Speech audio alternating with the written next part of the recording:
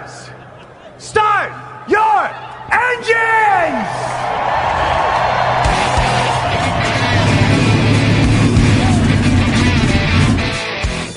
Pick the pace car! What for? Because you hit every other damn thing out there, I want you to be perfect! When I'm driving, I got a guy on the radio who talks to me. It's him. He talks to me. Well, I wanna be a race car driver. Pretty girls eating from my hand, yeah. Wanna live a life of fun and danger. No sweaty working for the man, alright. Good evening, race fans. Welcome to the Hoobazoo Radio Network, and welcome to Drafting the Circuits. My name is Frank Santoroski. I'll be your host for the next hour as we go over this past week in racing. And tonight we've got an exciting guest. Before I introduce our guest, joining me in the studio this evening, as always, Luis Torres and Richard Youden. Fellas, how we doing? Good, thank you. Been going pretty well. All right, yeah, good week. So, like I said, we have a guest lined up with us tonight, and I've got Mark Dill, author and race historian. If you've ever seen any of the social media posts from the First Superspeedway.com, that's been a labor of love of Mark's for years and years and years, and he's just released a book. The book is called The Legend of the First Superspeedway, The Battle for the Soul of American Auto Racing. That book features a foreword by Tony Perella of the SVRA, a introduction by Al Unser Jr., and a forward by Willie T. Ribbs. So you've got some great folks that helped you on that, Mark. And Mark, welcome to the show. Well, thank you. I'm delighted to be here, Frank. So what I want to ask you, where I want to start is, now you're from Indiana, so it's kind of, being a race fan is just kind of in your blood, like a lot of folks that are from the Indianapolis area. So I know you've been a race fan your whole life. You've worked in marketing and PR. You've worked with I believe Nortel, and helped broker the deal to have them sponsor cars in Indy 500. You were part of the Indianapolis 500 winning effort with Arie Luyendyk. You've also worked for the Indianapolis Motor Speedway. You've worked with the SVRA. So when did you first realize your love of very, very early auto racing? Because what I forgot to mention about the book is nearly everything in the book takes place prior to the 1920s. It's very early racing history. So where did you develop that love for that? Well, you said it. I grew up in Indiana, actually, north side of Indianapolis. And back in those days, we're talking early 60s. It was, and they literally used the term India no place. And there really was nothing going on. This was pre-Indiana Pacers, and there just wasn't anything else going on in the city, except in May.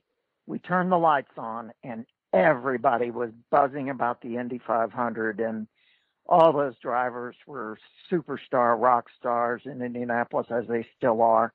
And I just couldn't help but, I was literally playing with cars at my father's feet. And I remember him talking about Jimmy Clark, and he's the world champion. Well, that was my favorite. He's the world champion. And I just got thoroughly enthralled with it.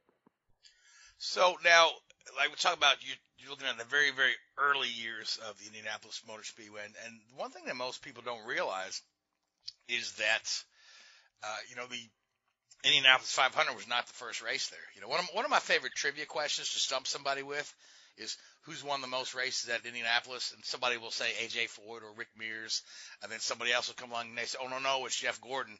But the answer to that is Johnny Aiken, correct? That's correct. Yeah, and Great driver. You've got a number of articles about Johnny Aiken in your book, so I'd like you just talk about him a little bit and some of his accomplishments, because he was rather instrumental in testing the bricks as well, correct? Yeah, you know your stuff. When they first put the bricks, laid the bricks down, actually even before the track was complete with bricks, they were testing different materials for the running surface. And one of them was creosote wood block. And of course there were bricks.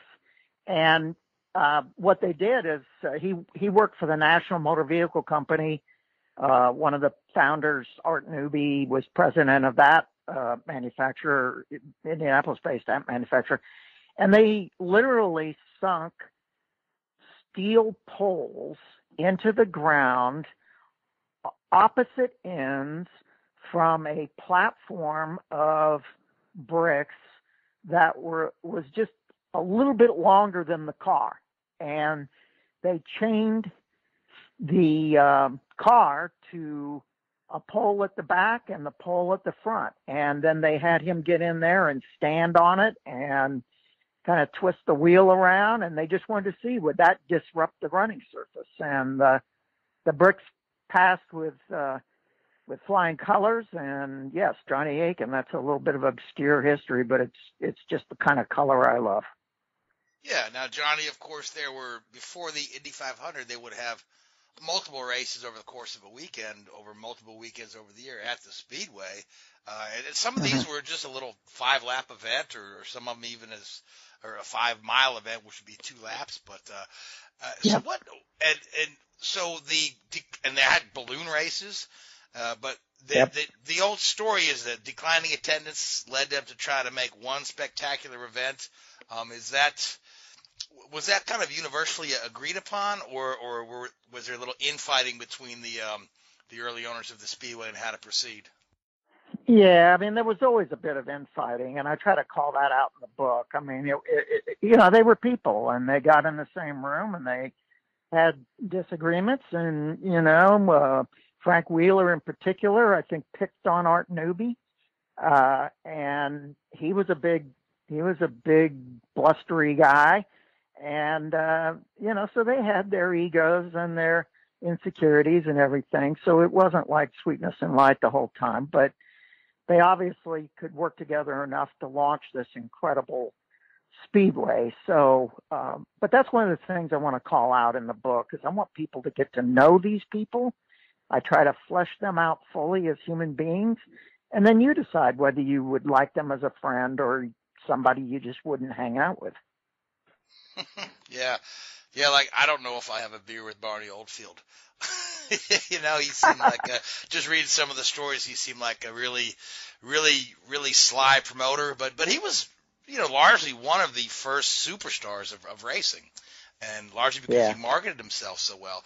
So how did the AAA come to be the primary sanctioning body for early American racing? Because I know Barney tried to promote some of his own things there and non-sanctioned races and whatnot. But was that as ugly as, say, like, this split that we remember from the 90s, or the old USAC kart stuff?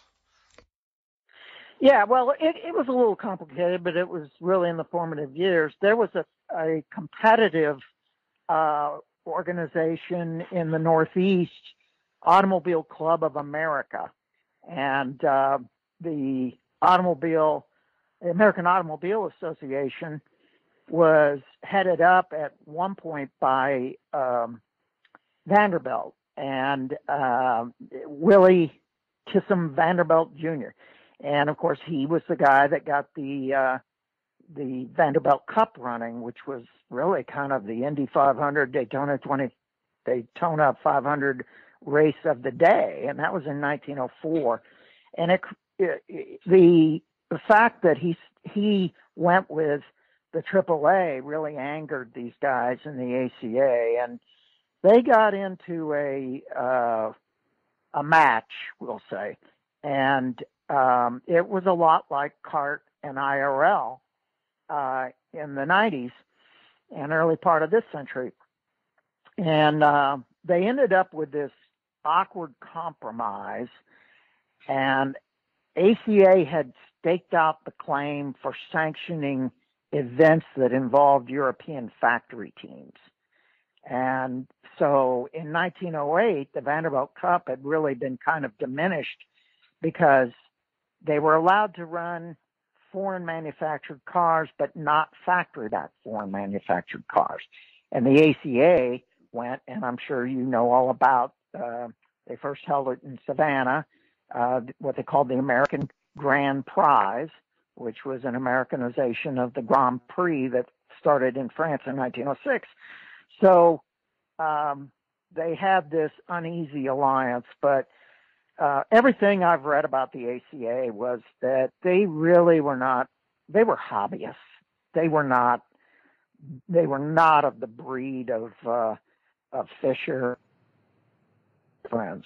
Those were serious businessmen. They did everything with the thought of making a profit. And both Vanderbilt and the heads of the ACA, they were gentlemen racers, and they thought it was beneath them to worry too much about making money. And ACA in particular just kind of died out. Now, what you mentioned about Barney Oldfield is he too was a bit of a competitor, but he was just out there trying to self-promote, and he did these barnstorming things, and they were basically rigged races so that he would always end up winning. He might make it look close, but he would win. And he'd go to remote areas of the country, some places that he'd never even seen an automobile before, and just blow their minds by going still pretty darn fast. And the AAA, he was a problem for them because they were actually worried, and he was the first true American motorsports superstar. They were worried that Barney was going to be bigger than them. And so they banned him from their races. It was always a battle. Always a battle and still a battle. Now, yeah, I mean, there's nothing new under the sun, is there? Now, speaking of early racing, it seems like probably, I would imagine, auto racing first started. It seemed like as soon as there were two different cars available, we wanted to race them against one another. I mean, auto racing dates back to, the invention of the automobile, back in the 1890s. Some of the early races were these affairs that were from city to city, and a lot of time it was an endurance test of the car. And so-called track racing didn't, come around until a little later. But I was reading an article. I was reading one of your summaries that we had a kind of the Northeast really kind of favored the racing through city streets, while track racing was more popular in the Midwest and South, largely because we used a lot of converted horse racing facilities, although they found those to be quite dusty. But there was a little bit of an uneasy tension between road racers and oval racers in the early days, was there not? Yeah, there was crossover because drivers are drivers, racers are racers. They just wanted to race anywhere, but the organizing bodies frequently were at odds, the track promoters and so forth. And, for example, I mentioned the Vanderbilt Cup. That was on a variety of configurations on Long Island, which was at the time viewed to be countryside. And, people would have their summer homes there and so forth. And they would drive through a lot of like cabbage fields and, it was agrarian. And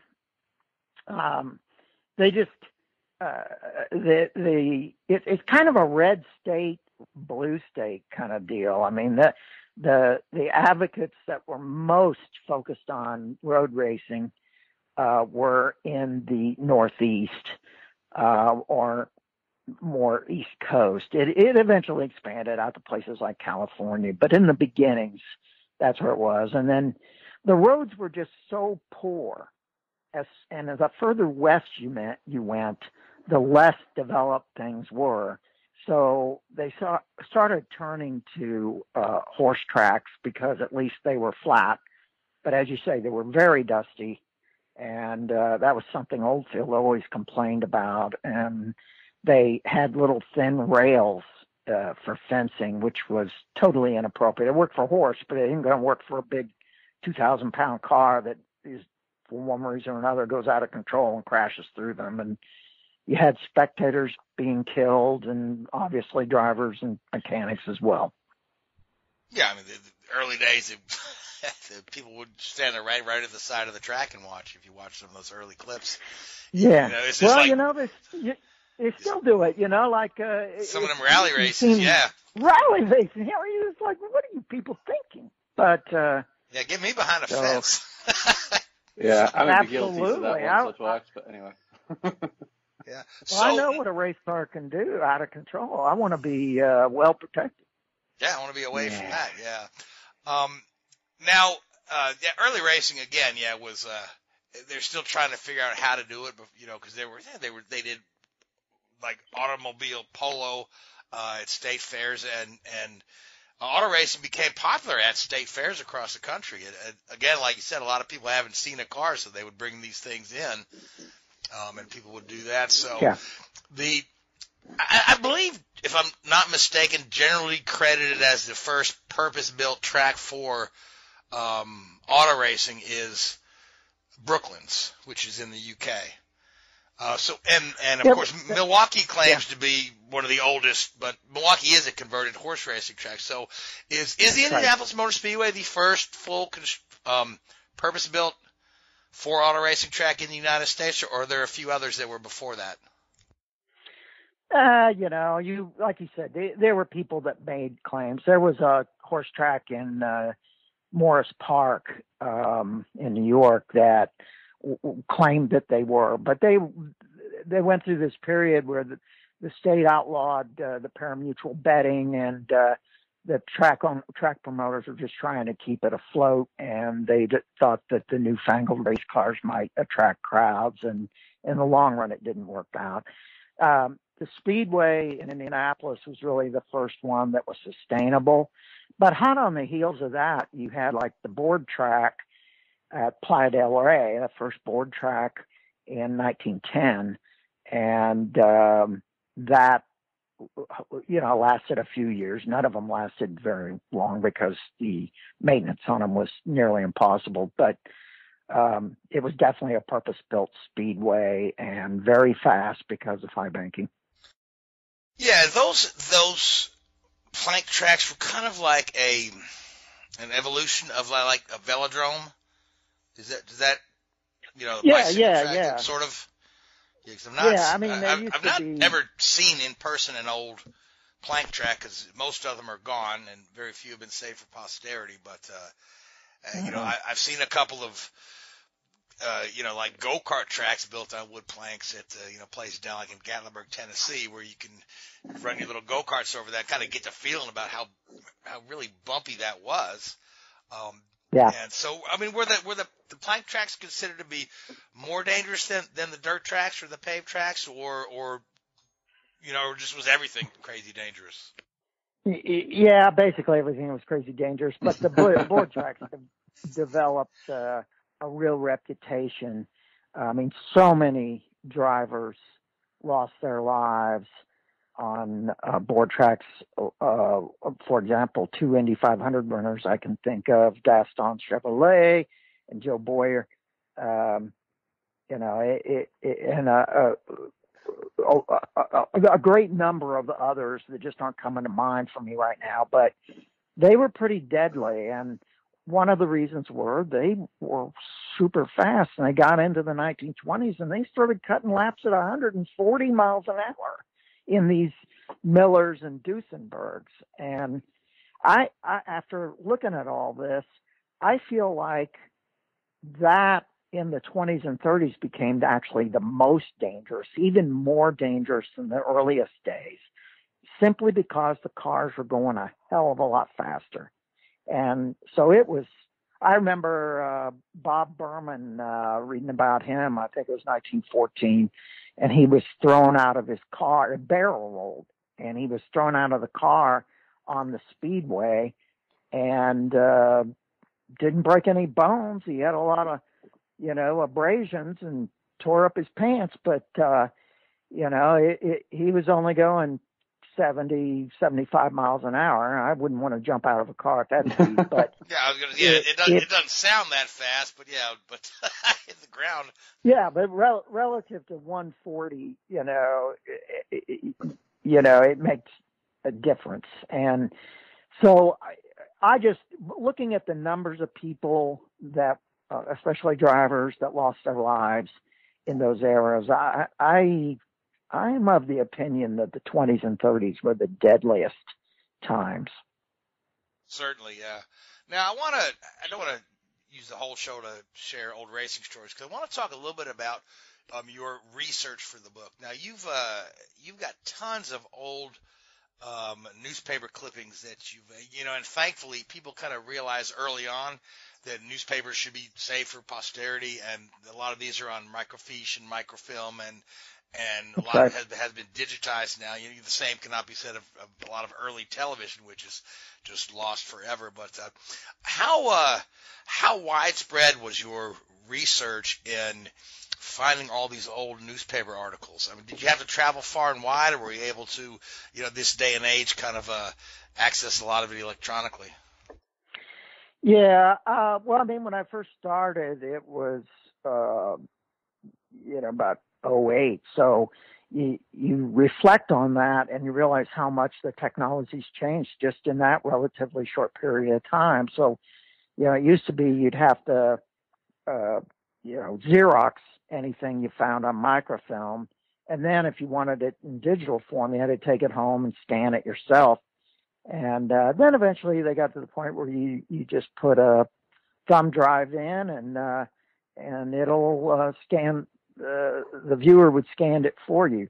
I went to a number of places. I remember going up to the big library, Library of Congress in Washington, D.C., and I live in North Carolina, so that wasn't like super far, but it wasn't close. And I stayed up there the better part of a week, and it just blew my mind, all the stuff. And as you say, it's wonderful that they, that people appreciated that those early periodicals covered, really captured the history.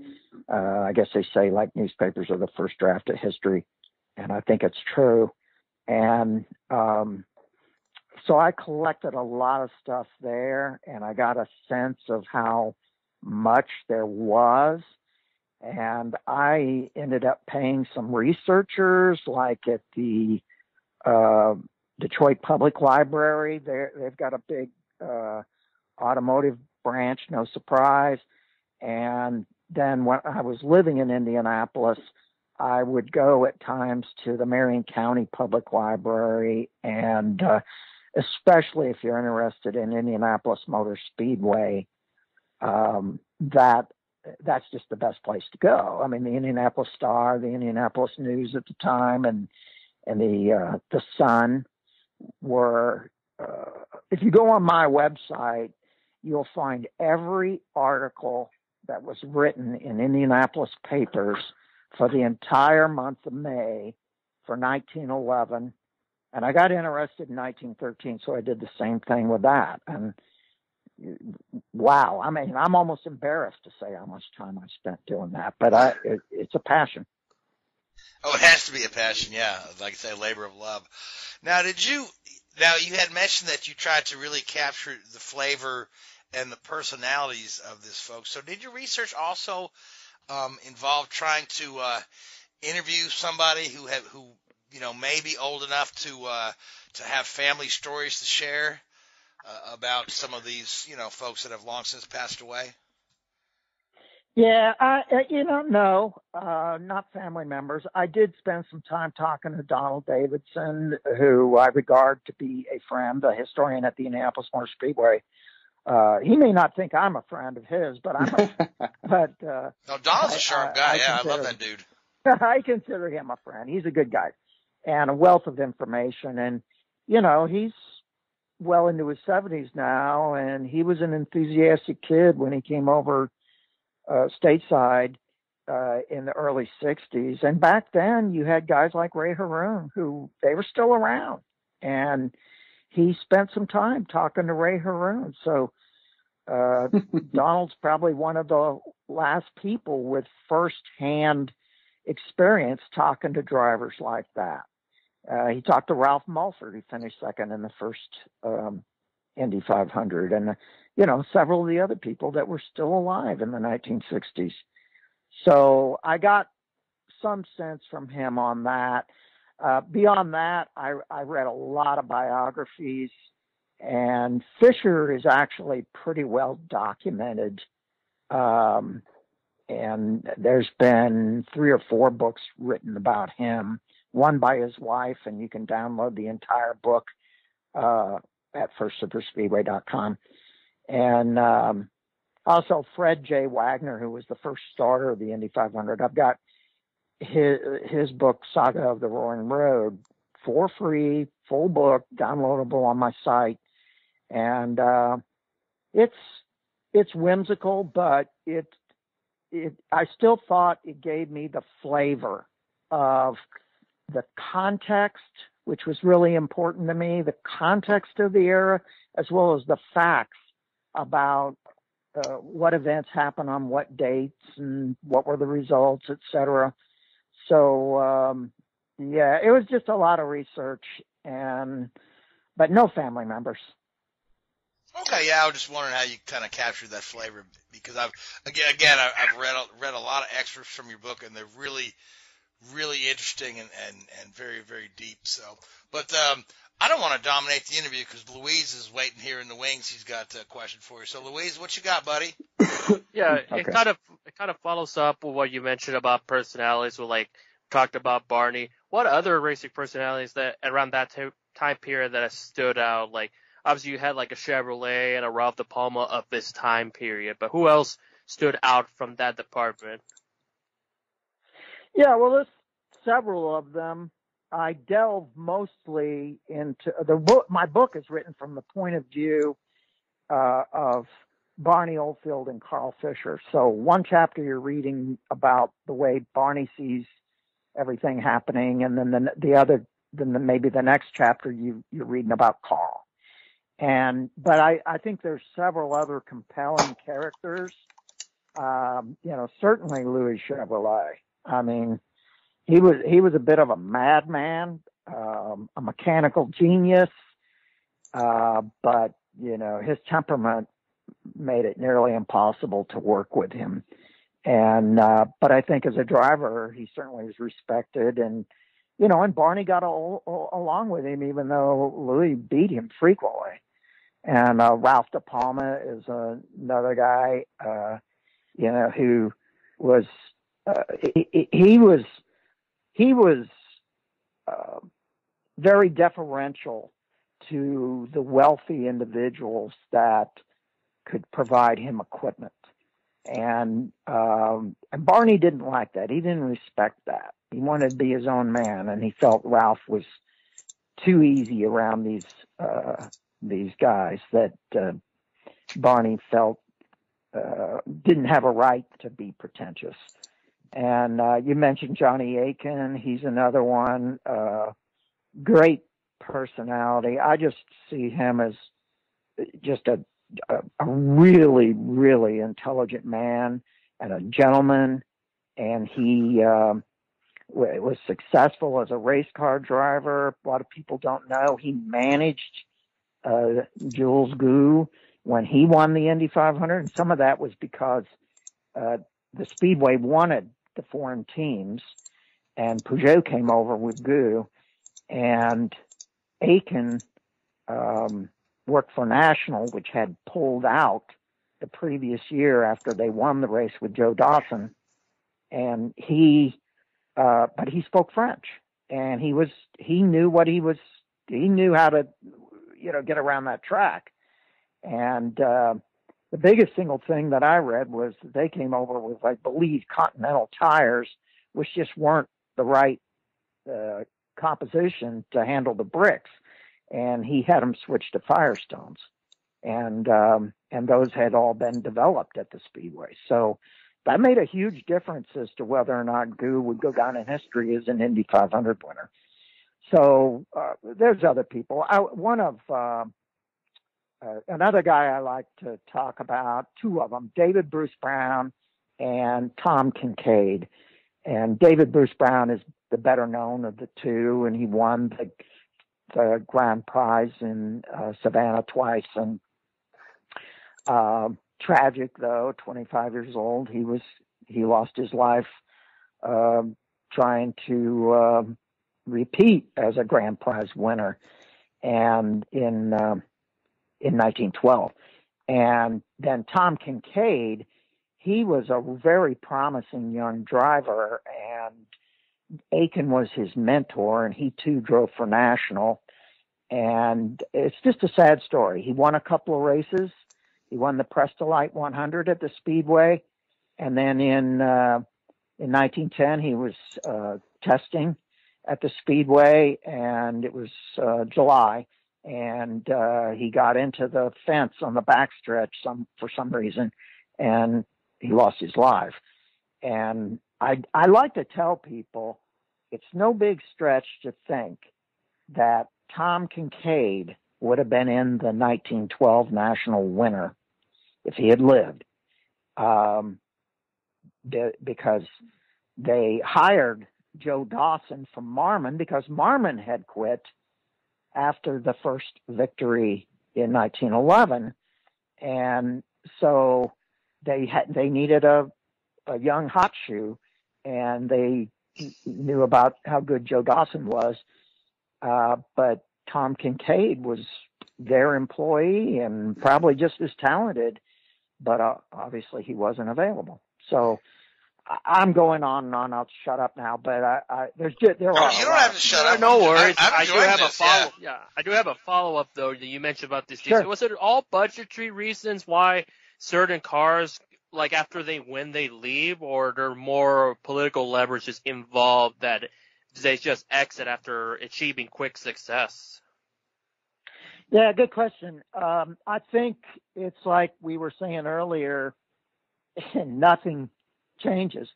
And there was never an era where there was more factory involvement than in the first 4 or 5 Indy 500s. And everybody, and even prior to that, all the racing that was going on, and in my book, I start in 1902 and chronicle the progress of racing, and with the culmination of the Indy 500 being constructed and then paved with bricks. So everybody was eager to establish their brand and prove their product capabilities and reliability in automotive contests. And after, like any crowded market, it started to shake out.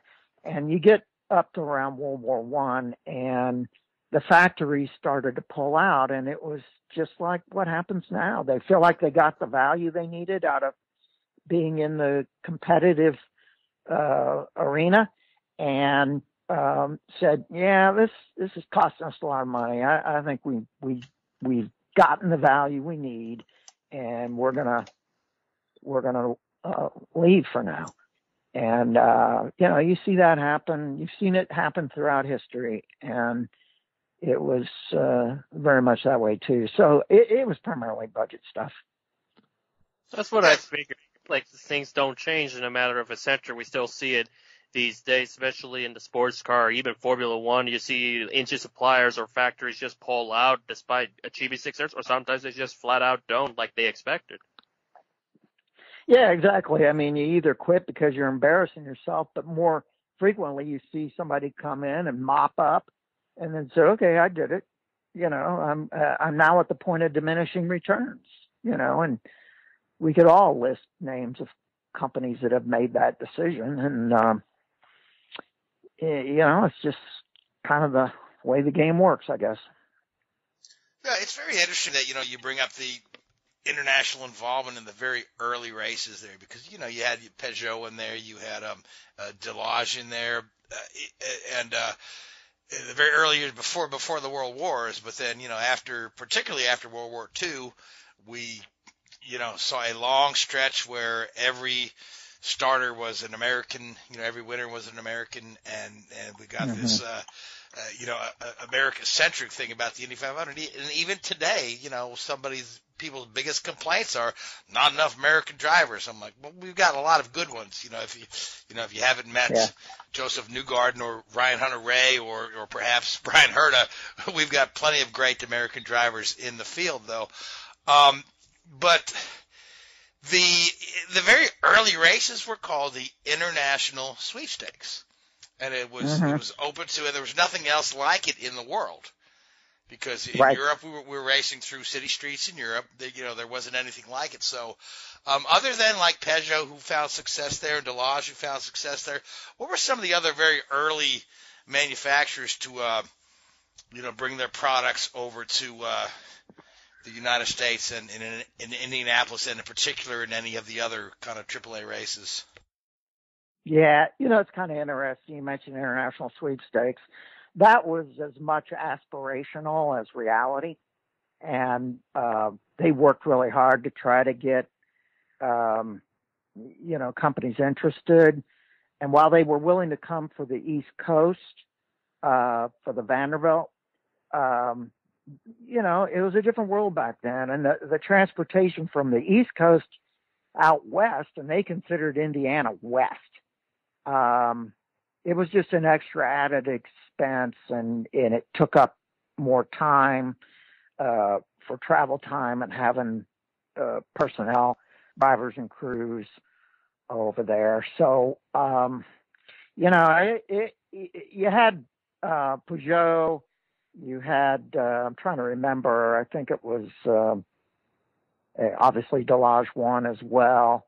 That's just not coming to mind, but there was another group. 1913 was actually the first race we saw international competition. And it was limited to about 3 teams. And just as a point of trivia, the one that I'm not thinking about right now, they came over on the Lusitania, if you know anything about that boat. And, that's being the one of the big naval disasters. They picked up the Titanic survivors, right?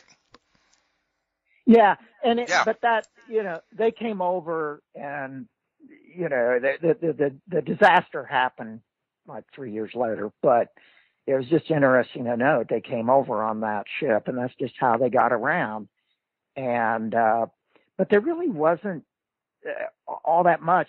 You got a little bit of, an uptick, and I'm thinking about like Sunbeam and, right after, and the Peugeots. Peugeots were easily the best cars in the world. And in fact, the Speedway with Jim Allison, he started his Allison engineering outfit. They basically reverse engineered Peugeots. And so this Americanized version won the Indy 500 for them in 1919 with Howdy Wilcox. But so Isata. You did see that? Isata was the other foreign manufacturer in the 1913. Yeah, Isota. Thank you. Yeah, Isota. Yeah, Isota. I'm sorry, I pronounced it wrong. I was looking it up while you were talking. I said, well, I'm sure I could find this fact real quick. Found it on your website. Yeah, well, I knew it, 'cause I told you I'm older than you, so I gotta take my Prevagen or something. But Isota, and that was interesting. They didn't get to the Speedway until like the day before the race, and then they went out and they ran their qualifying runs, and they didn't start in order of speed back then. They just had a minimum speed, and frankly, Fisher and his guys would have let them in no matter what, because they just wanted to claim they were an international event. And they came over as well, and they were the ones on the Lusitania. But you just didn't see a lot of it. And then you got into the 20s, and it was, aside from Louis Chevrolet and Art Chevrolet and their Monroes and their Frontenacs that were successful in the first couple of races of the decade, it was largely Miller and Duesenberg after that. And that's kind of what you were talking about. It just evolved into an American sport. In fact, I remember being a kid, my favorite driver was Jimmy Clark. I think I mentioned that. And when he won in 1965, it was the first foreign-born winner since Dario Resta in 1916, who drove a Peugeot. And so it was just a different world. Now, of course, you've had all kinds. I mean, you got Taku from Japan winning the Indy 500.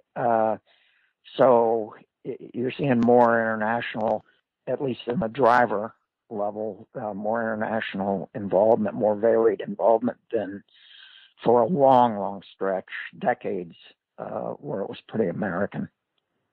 Yeah, all that post-World War II, America first sentiment. Yeah, so, but it's it's just very interesting how it all started. So now, Richard, are you still with us? Oh, I'm still here. Don't worry. Okay, I just as long as we're talking about international involvement in early American motor racing, I was wondering, you as my favorite foreigner, anything to add or to ask?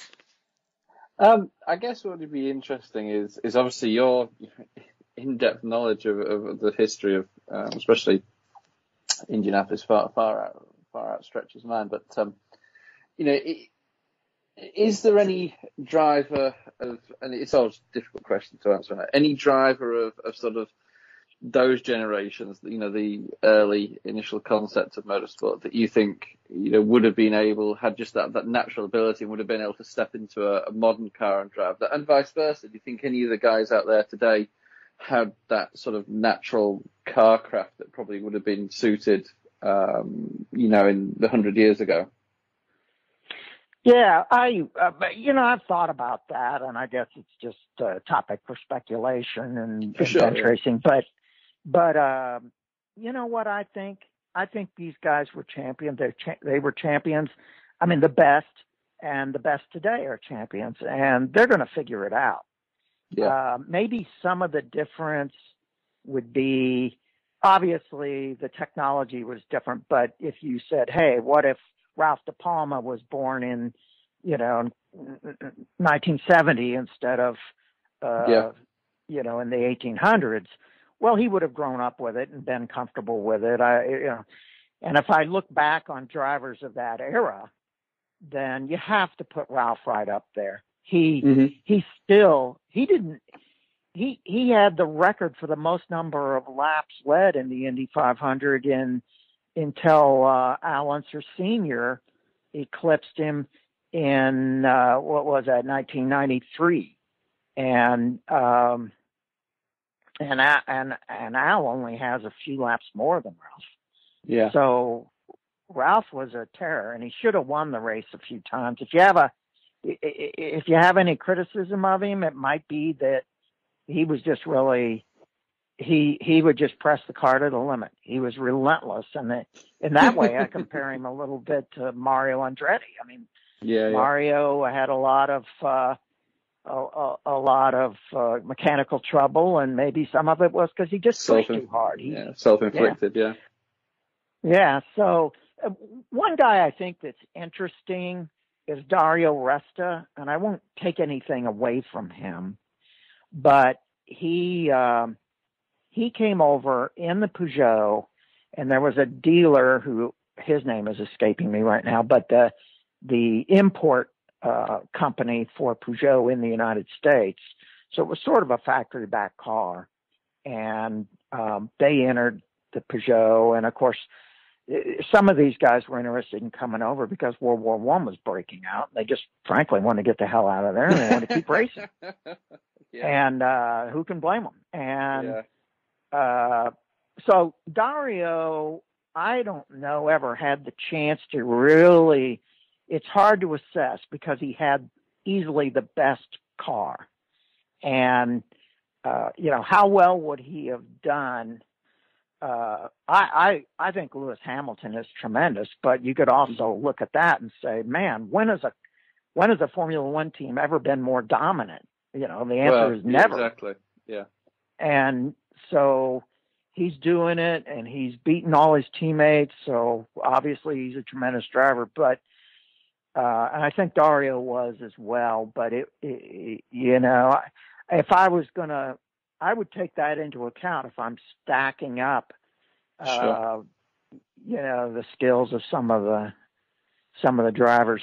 Dario was the first driver to win an IndyCar championship on points in 1916, and number 2 and it was decided that the final race of the year was Johnny Aiken. Okay. There you go. There you go. There you go. Yeah. Now, speaking of the early championships, and we had talked about newspapers being preserved, but we talked about the ACA versus the AA, and it seems to me because I try to research a lot of stuff, right? And it's really interesting you brought up, Ralph De Palma, because I had written a little bit a few years ago at the 100th anniversary of the Indy 500, and went through every of the 99 races. And I think I called the article 99 Races, 99 Problems, and singled out one guy in each race who had who could have, should have won. And the only guy that made the list more than people named Andretti was Ralph De Palma. Yes. So. I think there's parallels between the two of them. Absolutely. And of course, they were both born in Italy. There you go. But what I wanted to bring up is so funny. I just lost my train of thought.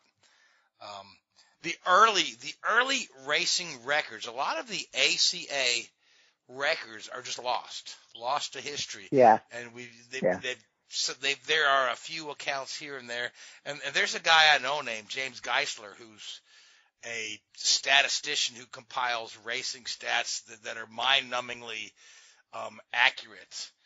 And he even has a lot of gaps in the older stuff where, there's could be, might be 40 wins, might be 30 wins. So, how much of the early stats were you able to kind of uncover and verify in doing your research? I can't say. I didn't approach it that way.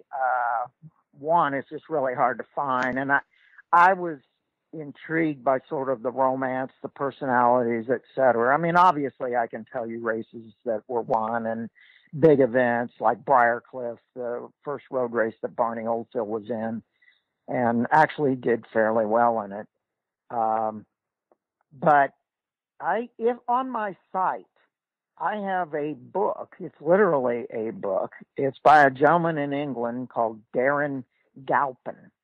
And I have it on my site, First Superspeedway. And he's picked up on my website. And I got to say, there's a lot of really nice people that have sent me stuff, totally unsolicited, but it's quality stuff. And Darren has just amassed an incredible collection of statistics on racing between like 1900 and 1946. And if I ever wanted to look anything up, I would go to Darren's book. And it's a couple 100 pages long, PDF, obviously, and it's on my website. And he wasn't inspired to try to get it formally published because it's just not what turns him on. But he was delighted to provide it to me and in that way cast a public light on it. So if you haven't checked that out and you're interested, that's an excellent resource. All right, sounds great. Now, Louise, you have another, you want to come in with another question? Yeah. Speaking of the Speedway, it was talked about, like Jack Hagan, it reminded me of how the Harvest Grand Prix kind of came back because people don't realize that was, even I didn't know until it was announced the Harvest Grand Prix, the Harvest event was a thing before it kind of revived itself this year. And not only that, it seems like people tend, if I remember correctly, wasn't like motorcycle racing a huge deal before the 500 back in the early 1900s or so? Late 1900s? Well, it was. Yeah, it was in general, but at the Speedway, it wasn't very successful at all. In fact, it was just a complete fiasco. And if you really read about it, like on my site, you realize the motorcycle riders didn't want to be there. The team owners, they didn't want to be there. It was a gravel surface. And if you can imagine trying to lean in just as, you did that then, you do it now to take the right line through the corner. The gravel was so loose, it would just inevitably you break away, and there were just a lot of injuries. Nobody got killed, thank God. But probably the most famous motorcycle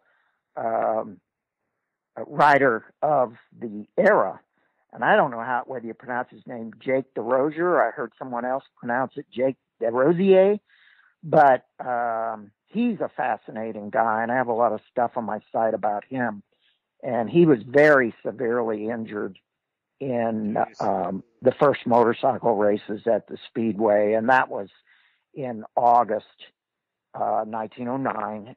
They held motorcycle races one weekend, and then the next weekend they had the first automobile races. But there were a lot of angry words and just animosity between the motorcycle people and the Speedway founders. They just felt like the Speedway had been irresponsible, hadn't provided them with the kind of facility that could allow them to conduct entertaining and safe races, relatively safe. And so, you read about it, and there might have been 40 entries, for example, in one of the races, because it was, as you said, it was supposed to be 2 days. After how bad it was on the first day, and it was called the Federation of American Motorcyclists, with FAM was the big sanctioning body of the time, and they just said, to hell with this, we're not coming back. And so the 2-day meet got reduced to a 1-day deal, and throughout the day, as conditions continued to deteriorate, riders would just pack up and go home. So I'm not going to do this. And so they ended up with races that were supposed to have 40 bikes in them, and they'd end up with 2 or 3. And so if you can imagine being out there at the track as a spectator trying to take that in, that's not much of a show. No, not and with gravel, even to this day, gravel, putting it with competitive racing does not get a bode well. Yeah, Mark, the FAM guys wanted to move it to the Indiana State Fairgrounds, and they've done flat track racing there, and that probably would have worked out okay for them. But Fisher dug his heels in and said, we had a contract, and I've been promoting this, and you're not going to do this to me. So, like I said, they had some harsh words. All right, now Richard, you've got another question. You want to jump in again? Yeah, one last one. So obviously there's been, I guess what we call the Indy 500. There's been 100 and something of those races now. And obviously you've researched those in all great detail, and for the vast majority of those we have, video footage and at least, a large amount of sort of journalistic reports from these races. But is there any sort of one race, if you like, that you think, I wish I was there to have seen that? Yeah, honestly, I mean, the culmination of my, just off the top of my head, the culmination of my book is the May 1910 race meet at the Speedway, and it was a variety of races, but that was the first race after the track was paved with brick. Yeah. And I think it would have been fascinating, and most people don't know it, but for example, the Marmon Wasp, a lot of people think it was designed for the first Indy 500. It was not.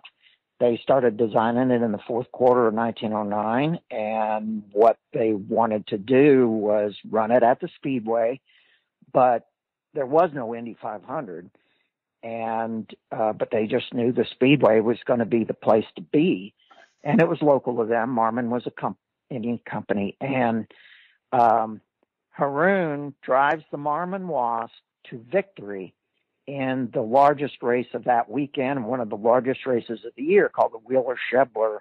I think it was 250 miles. Mm-hmm. And then the that was Saturday. They didn't run on Sunday because of the Sabbath, and that was the way the world worked back then. And then they went to Monday, and Haroon's out there practicing because he wanted to run it in a few of the sprint races, and a tire lets go, and I think he was coming out of the third turn, and they had a concrete wall then, nothing like today, but they did have a retaining wall. He almost went over the wall and then landed back on the track, and the car was just really, really beat up. And in fact, the Marmon officials at first glance said, we got to scrap it. And then they decided, no, we can build this thing. They got back and looked at it. And of course they did, and the rest is history. But I just think those are interesting points about the Marmon Wasp that most people don't know. And it would have been really fascinating to see all that unfold. Barney Oldfield had the Blitz and Benz out there to run for track records, which is, I've seen a replica of that thing. It's just an amazing looking car. And to think of it in its day running on the track, it was basically a land speed record car. That's what it really was. Yeah. And of its time. So I think, off the top of my head, that would be really interesting. I think there's a romantic appeal to the American Grand Prize that Bruce Brown won a couple of times. The Vanderbilt Cup, certainly. I helped Howard Kroplick, who is probably easily the best historian in the world on the Vanderbilt Cup races of Long Island. I helped him write his book on those races, and that's fascinating stuff. And really, that was like going to school for me as far as things I took away from that experience. I applied into my book. Excellent.